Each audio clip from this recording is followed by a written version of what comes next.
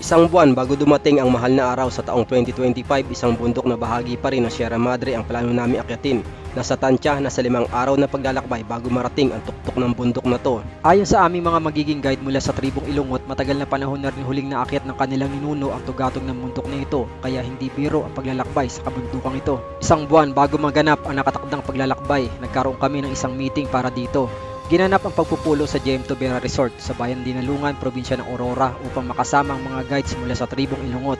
At sa lugar na to, nagkaroon kami ng pagkakataon upang mapuntahan ang ilang nagagandahang lugar na siguradong may enjoy ng mga magpupunta dito.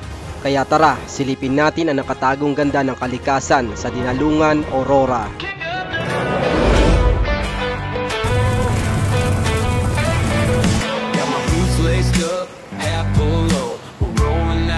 Sa unang araw ay nagkaroon kami ng kasiyahan habang ini-enjoy ang magandang tanawin ng beach resort.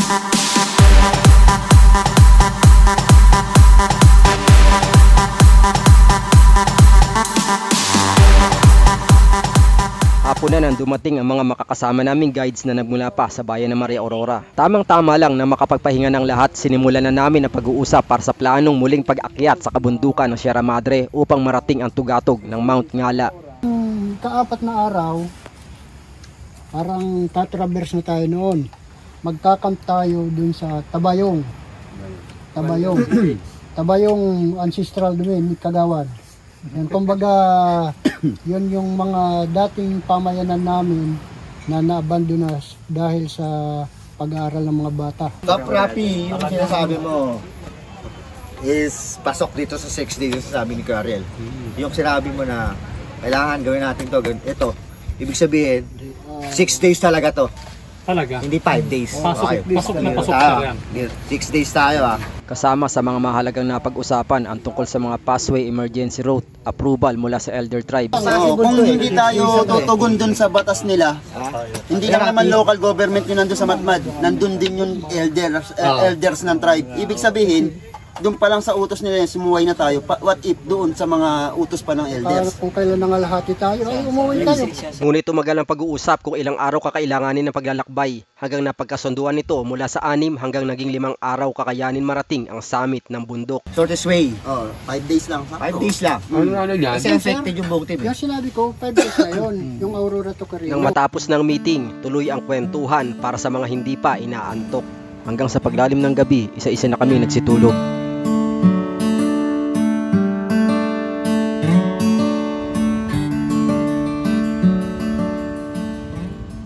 Kinabukasan, maagang gumising ang ilan sa amin upang puntahan ang rock formation na may 1 kilometro ang layo mula sa aming lokasyon.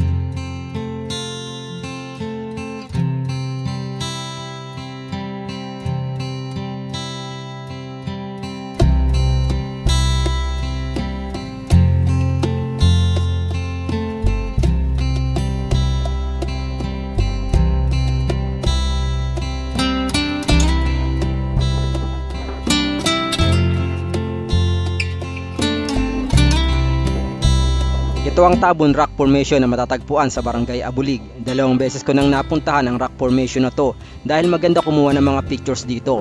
Malinaw at kalmado ang tubig dahil may mga parte ng patuwa na kumukubli sa alon ng dagat kung saan sa mas mababang bahagi ng pato ay may enjoy mo ang magbabad sa tubig.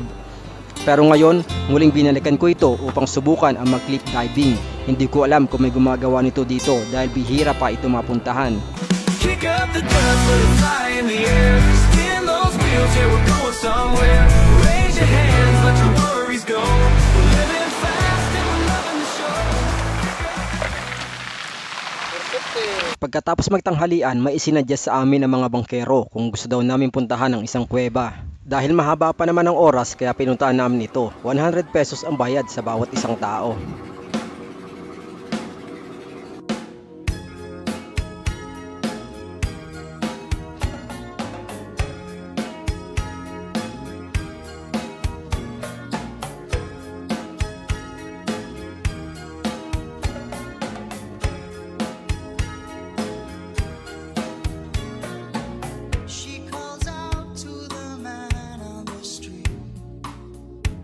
Sir, can you help me?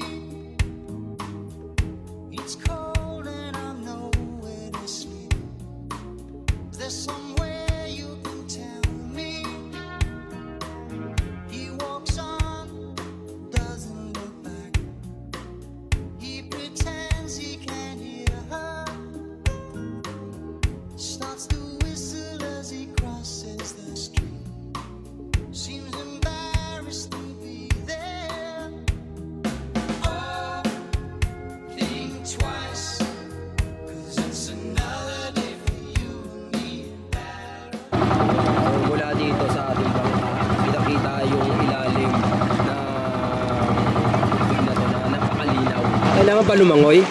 Bago yung panahon. Para mapasok yung kuweba? Bumibili tayo. Paano tayo pupunta dyan? Dyan sa gilid? Lalangoy sa gilid. So, sa ngayon, di pa namin alam kung paano namin papasukin yung kuweba, kung kailangan ba namin lumangoy o medyo mababaw dun sa gilid.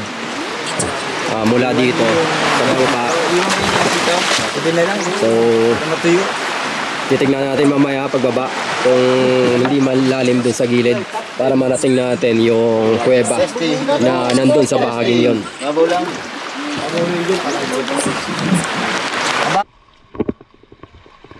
Sa tingin ko, kailangan talagang lumusong sa tubig para marating ang kuweba, habang ang iba na ayaw mabasa ay sinubukang dumaan sa mga bato. Dahil handa naman ako magpakabasa at ma-enjoy ang tubig dagat, ay nilusong ko na ang tubig.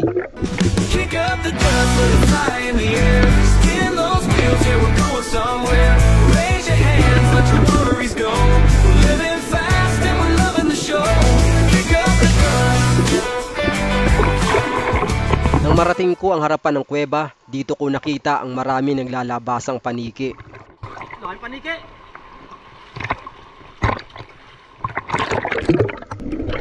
Medyo delikado sa pwesto ko kung sakali lumakas ang alon, kaya nagmadali akong umalis dito.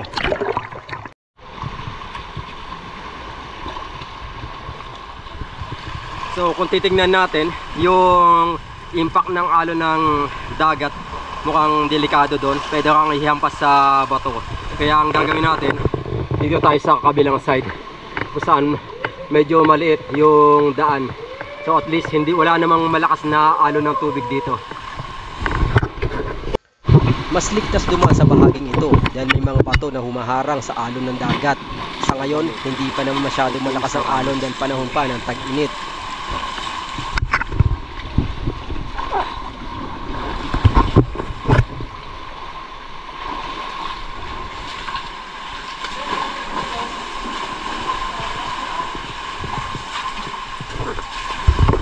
Ay, paniki!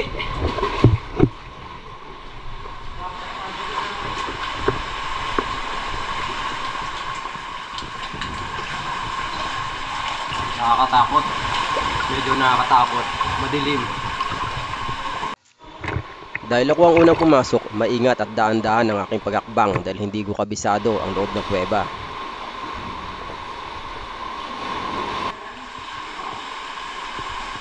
Sayang lang at wala kaming dalang flashlight kaya nag-alangan akong pasukin na mas madilim na sulok upang malaman kung hanggang saan ang lagusan. Hapon na nang pumunta kami rito kaya pansin na namin ang pagtaas ng tubig kaya hindi na kami nagtagal dahil lumalakas na rin ang ampas ng alon.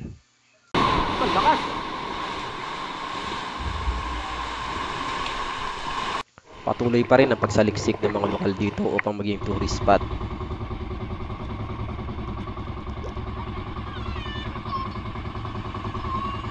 Pagkatapos pinuntahan namin sa kabilang gilid kung saan napakalinaw ng tubig, buhay na buhay ang mga corals. Malaki ang potensyal nito para sa snorkeling at pre-diving site.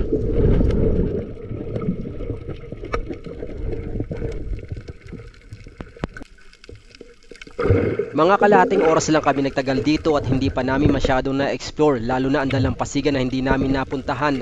Mukhang maganda sa lugar na yon. Nasa tingin ko ay hindi pa napupuntahan dahil walang ibang daan kundi sumakay ng bangka. Kaya kung sakaling mapunta kayo sa Dinalungan sa Beach Resort sa Barangay Abulig, pwede kayo magtanong sa mga bangkero na available para pumunta dito. Habang pabalik na kami, kakaibang tanawin ng rock formation ang aming dinaanan. Sayang lang at pauwi na kami ngayong hapon. Masarap pa sana pagmasdan ng kakaibang hulma ng kalikasan at sisiri ng lalim ng dagat.